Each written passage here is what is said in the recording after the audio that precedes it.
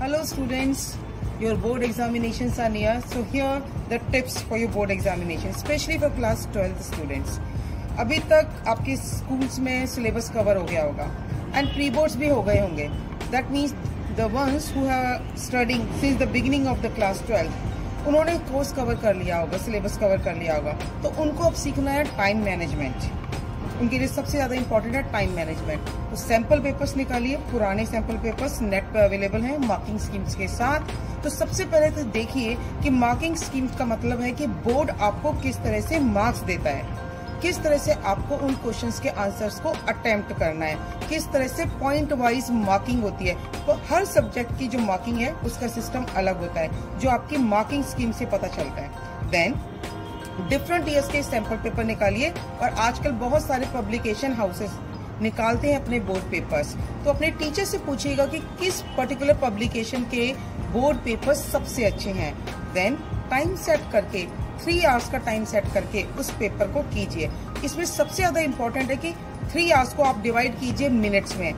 ठीक है, तो आपके हो जाते हैं 180 मिनट्स. 180 मिनट्स को डिवाइड कीजिए मार्क्स में, तो आपको पता चलता है कि हर मार्क के लिए आपको कितने मिनट डिवोट करने हैं. आप टाइम बचाइए अपने 1 मार्कर में से. जनरली 80 मार्क्स के पेपर के लिए आपको 2.5 मिनट्स मिलता है 1 मार्क के लिए, बट आप ये 2.5 मिनट्स 1 मार्क के पेपर के लिए तो खर्च करोगे नहीं. तो आप क्या करेंगे, वहां से जो अपने मिनट्स हैं उनको बचाएंगे और उनको खर्च करेंगे, उनको स्पेंड करेंगे अपने 6 मार्कर्स में, अपने 8 मार्कर्स में, अपने 4 और 5 मार्कर्स में, जहाँ पे कैलकुलेशंस ज्यादा टाइम लेती हैं या रिटन मटेरियल भी आपका ज्यादा होता है. तो आपको सबसे पहले सीखना है time management. Another thing, practice के लिए एक टाइम शेड्यूल बनाइए. इसका मतलब ये नहीं है कि सुबह से शाम तक पढ़ना है. अगर आपने इस तरह का कोई भी टाइम टेबल बनाया कि सुबह 6 से 7 तक ये, फिर आधा घंटे का आराम, 8 बजे से 9 बजे तक ये कभी फॉलो नहीं हो सकता. एक रियलिस्टिक टाइम बनाइए और उसकी ड्यूरेशन फ्लेक्सिबल रखिए. Like 2 to 4 study time. तो आज मैं इंग्लिश कवर कर रहा हूँ जिसका एक चैप्टर खत्म करूंगा.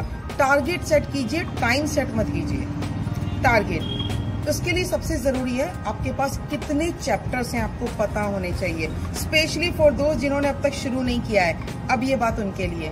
आप पहले अपना सिलेबस जानिए, क्योंकि आपने अगर शुरू से पढ़ाई नहीं किया तो आपको यही नहीं पता कि सिलेबस क्या है. तो आप सबसे पहले नेट से सिलेबस देखिए.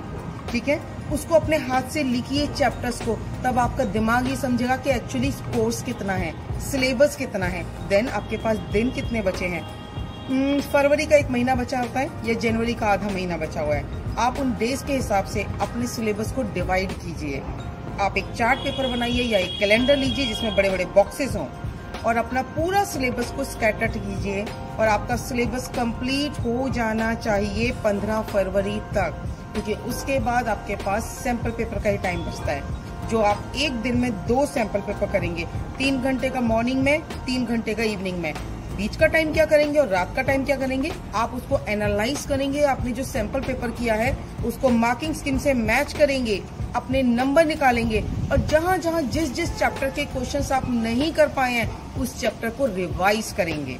ठीक है, अगर आपने इस तरह से किया, I am sure you are going to get a very good marks in your board examination. So all the best, do well in your boards, rock it.